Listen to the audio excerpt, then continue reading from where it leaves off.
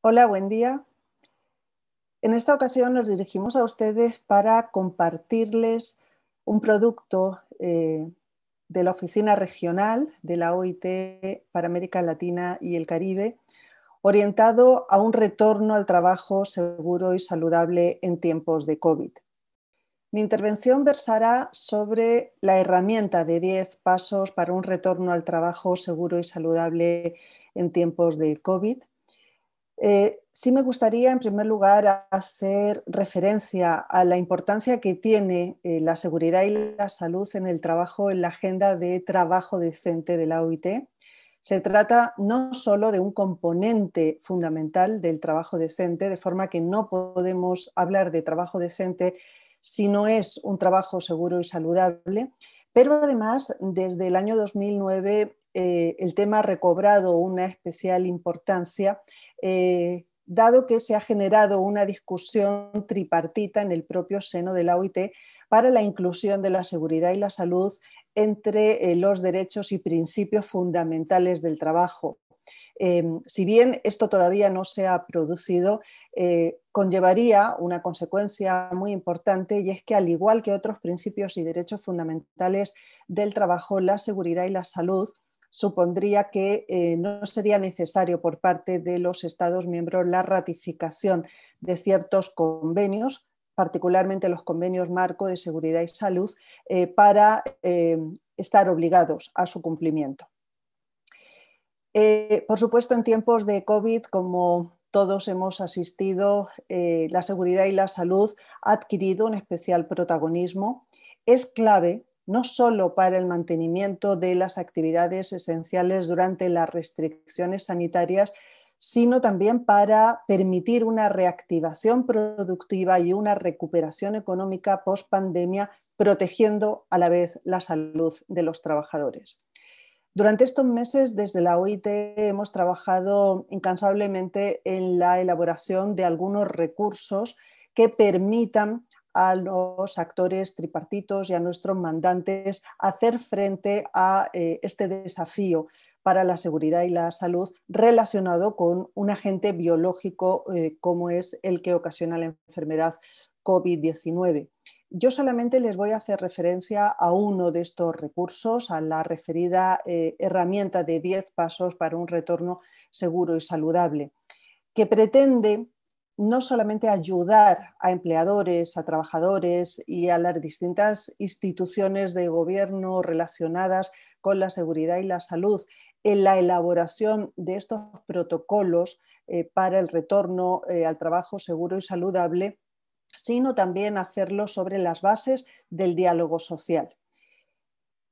La herramienta de 10 pasos está diseñada en torno a varios principios. Uno de ellos es, como no podría ser de otra forma, priorizar las medidas preventivas y de control en la reapertura de las empresas y en ese retorno al trabajo. Pero en la adopción de esas medidas de prevención y control, nosotros ponemos un especial acento en la necesidad de que las mismas se adopten siguiendo el orden jerárquico de control que establecen las propias normas internacionales del trabajo de la OIT. Este orden jerárquico nos indica que prioritariamente deben adoptarse aquellas medidas que ofrecen una mayor eficacia y que estarían distribuidas en la cúspide de la pirámide que pueden observar, y que, por lo tanto, se antepongan a la adopción de las medidas que vienen a continuación y que van bajando hasta la base de la pirámide. Aquellas que se encuentran en la base de la pirámide son las que resultan menos efectivas frente a al riesgo laboral. Además, otro de los principios, reitero, es el diálogo social como un componente importante en la adopción de esas medidas preventivas. La seguridad y la salud no se trata exclusivamente de un tema técnico, sino que requiere la consulta y participación de los trabajadores. Vamos a analizar a continuación, de manera muy breve, estos 10 pasos que proponemos en la herramienta. El primero de los pasos es precisamente el referido al diálogo social, es decir, el establecimiento de equipos bipartitos para organizar el retorno al trabajo en condiciones de salud y seguridad.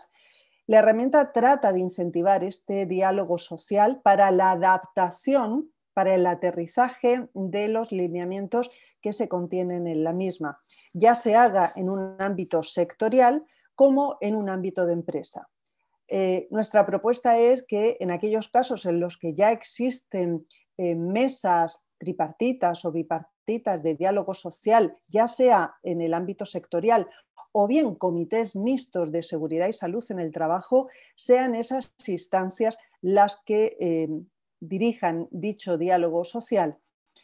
Por el contrario, en aquellos casos en los que no existan las mismas, se recomienda la constitución de dichas instancias de diálogo social. Será necesario capacitar a sus integrantes sobre los principios preventivos básicos y también sobre los planes que va a efectuar dicha instancia de diálogo social. Recomendamos también una cierta formalidad en las reuniones de las mismas, por ejemplo, levantar actas de los acuerdos y garantizar la disponibilidad de tiempo y de recursos que permitan una activa y efectiva participación de sus integrantes. Será muy importante también que en el seno de estas instancias de diálogo social se realicen una evaluación de riesgos previa para los siguientes pasos. El segundo paso es decidir en el seno de dichos equipos bipartitos de trabajo quién regresa al trabajo y cómo. En este sentido, desde la OIT recomendamos una reapertura en fases desde un nivel mínimo de operaciones para ir escalando gradualmente hasta alcanzar un nivel normal, de acuerdo, por supuesto, con las políticas que establezcan las autoridades nacionales relativas a las restricciones. Será necesario identificar al personal crítico que asistirá durante las primeras fases en ese proceso de apertura y evitar que ese personal crítico, por ejemplo, esté conformado por personas que pertenecen a los grupos de mayor riesgo. El tercer paso tiene que ver con la adopción de medidas de ingeniería y organizacionales que, de acuerdo con ese orden jerárquico que mencionábamos al principio, suponen una de las medidas que ofrecen mayor eficacia frente al riesgo. Será necesario adoptar todas aquellas medidas que eviten la interacción y que aseguren el distanciamiento físico de al menos 2 metros. Este es el caso, por ejemplo, de la instalación de barreras físicas o de limitar los aforos máximos de los lugares de trabajo, disponiendo, en el caso de que sea necesario, de espacios adicionales. En este paso también se adoptarían medidas relativas a la ventilación, preferentemente natural o también a través de otros medios, y la adopción de medidas que eviten las aglomeraciones, incluyendo, por ejemplo, aquellas que se pueden dar en los desplazamientos al trabajo, ya sea promoviendo el uso de transporte propio o, en el caso de que este no exista, promoviendo planes de movilidad propios por parte de las empresas. También se recomienda diferir o flexibilizar los horarios de entrada y salida al trabajo, precisamente para evitar esas aglomeraciones, establecer días de trabajo diferenciados según los trabajadores, incluso el uso diferenciado de ciertos lugares o salas comunes en los centros de trabajo, como pueden ser los vestuarios o los lugares destinados a la colación. El cuarto paso está relacionado con la adopción de medidas de limpieza y desinfección de los locales y lugares de trabajo, así como de todas sus instalaciones y superficies de forma regular,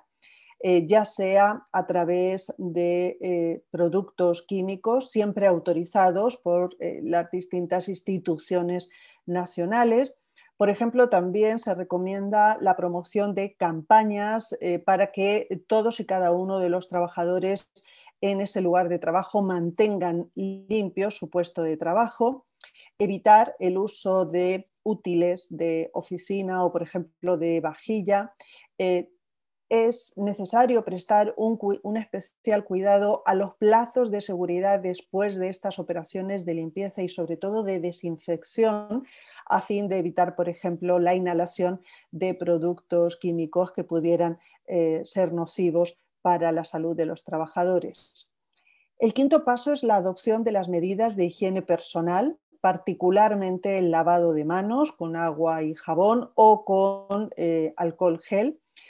Para ello también será necesario que las empresas velen por la instalación de estos medios que faciliten el lavado de manos de forma permanente. En este apartado también estarían incluidas todas las normas de etiqueta respiratoria. El sexto paso está relacionado, por supuesto, con la utilización de equipos de protección personal, no solamente entregándolos por parte de las empresas, sino también velando por su uso efectivo. Pero teniendo en cuenta, como decíamos al principio, que en el orden jerárquico de las medidas preventivas y de control, la utilización de equipos de protección personal se encuentra en la base de la pirámide. En definitiva, supone una de las medidas de protección que ofrecen menor eficacia y eficiencia frente al riesgo. Será necesario capacitar a los trabajadores sobre el uso correcto de estos equipos, así como sobre su limpieza, desinfección y mantenimiento. El séptimo paso de esta herramienta tiene que ver con la vigilancia y el monitoreo constante de la salud de las personas trabajadoras, estableciendo sobre todo protocolos sanitarios, es decir, procedimientos de actuación para los casos de sospecha de un posible contagio o para los casos de contagio confirmado. En este sentido es muy importante una comunicación con las autoridades nacionales para garantizar la trazabilidad, es decir, la identificación de aquellas otras personas trabajadoras que en el lugar de trabajo hubieran podido tener contacto con dichos casos. En este apartado también recomendamos, siempre y cuando las legislaciones nacionales lo permitan, la toma de temperatura en el acceso a los lugares de trabajo y mantener la absoluta confidencialidad respecto a los datos médicos de las personas trabajadoras, velando por una política de tolerancia cero respecto a posibles conductas discriminatorias que puedan producirse en los lugares de trabajo respecto a las personas sospechosas de haberse contagiado o con un contagio ya confirmado. El octavo paso está relacionado con otros riesgos asociados a la pandemia que no son necesariamente el riesgo biológico, es decir, el riesgo de contagio de la enfermedad COVID-19, sino, por ejemplo, los factores de riesgo psicosocial. Es muy importante que los protocolos de seguridad y salud para permitir un retorno al trabajo seguro y saludable también contemplen medidas preventivas respecto a los problemas de salud mental, puesto que afortunadamente en algún momento va a haber una vacuna contra la COVID-19, pero es muy difícil que exista una vacuna frente a los problemas de salud mental que pueden sufrir los trabajadores como consecuencia de esta pandemia. También hacemos referencia a otros factores asociados a la pandemia, como pueden ser, por ejemplo, los factores ergonómicos, particularmente que pueden afectar a trabajadores que se encuentran en situación de trabajo a distancia o teletrabajo, así como un especial cuidado con la utilización de productos químicos. El noveno paso está relacionado con la necesidad de revisar los planes de emergencia y evacuación de los lugares de trabajo. Sabemos que la mayor parte de los lugares de trabajo cuentan con estos planes de emergencia y evacuación, en los cuales están previstos, por ejemplo, las vías de escape o los puntos de reunión y las zonas de seguridad. En la medida en que ahora hay que evitar las aglomeraciones, será necesario también revisar estos planes de emergencia y evacuación, sobre todo, por ejemplo, pues en países sísmicos donde se pueden producir dichas situaciones. Y el décimo y último paso es especialmente importante, aunque tiene este último lugar, puesto que sabemos que en seguridad y salud en el trabajo y particularmente en el contexto de esta pandemia, el trabajo nunca está concluido permanentemente. Hay una necesidad absoluta de monitoreo y actualización de las medidas de prevención y control que se vayan adoptando, sobre todo también según la propia evolución de la pandemia. Esperamos sinceramente que esta herramienta les sea de utilidad y les animamos a utilizarla en sus respectivos sectores o en sus empresas y lugares de trabajo a través de estos equipos bipartitos o tripartitos de trabajo, puesto que estamos convencidos que el diálogo social y la consulta y el trabajo permanente entre los actores del mundo del trabajo van a permitir un retorno al trabajo seguro y saludable. Muchas gracias por su atención.